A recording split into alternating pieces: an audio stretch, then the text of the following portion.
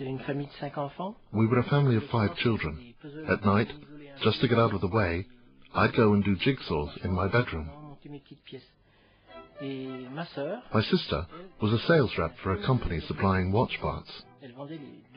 Every evening, after school, I used to meet her at work.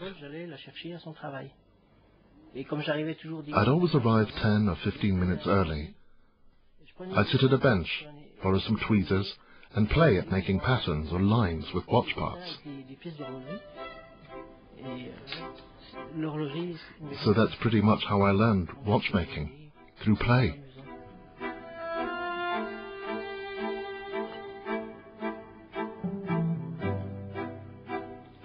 The number of parts varies from one movement to another. If it's a simple movement, the average would be 180, then anything up to 500 or 600.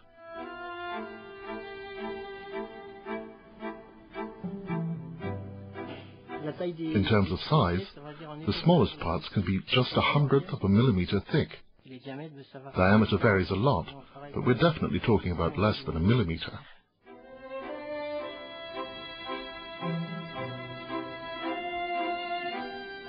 It doesn't take long to assemble a movement at production, like this one.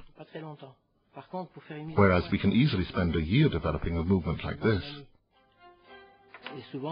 Often we assemble and disassemble the same piece 10 or 20 times, repeating the same gesture over and over. We can spend 2 or 3 months finding the right force for something as simple as a spring.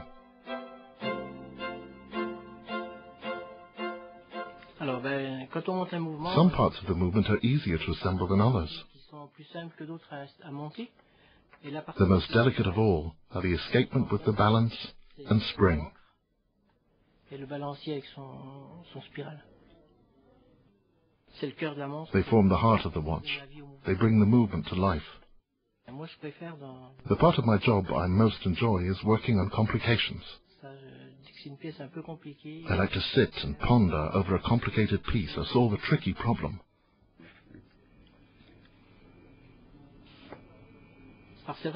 We each feel pride when we've finished off a movement. We're part of a company where everyone contributes and deserves to be proud. Myself, I feel good when I found a solution or the movement goes off to production and everyone's happy.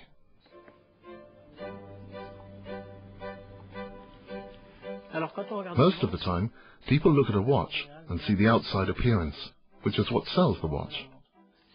This is disheartening for us, given the time we spent decorating a movement which more often than not, no one sees. This is all the more depressing, as it's the very heart of the watch that's hidden away inside. Over recent years, because so many watchmakers at the manufacture have worked to enhance their movements, the designers have incorporated sapphire crystals to reveal the beauty of the movement and certain of its functions.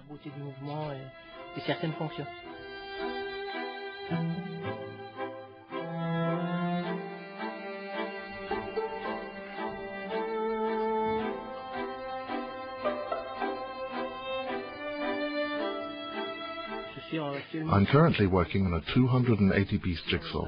It's as much of a passion as it always has been, and I can't see it changing today.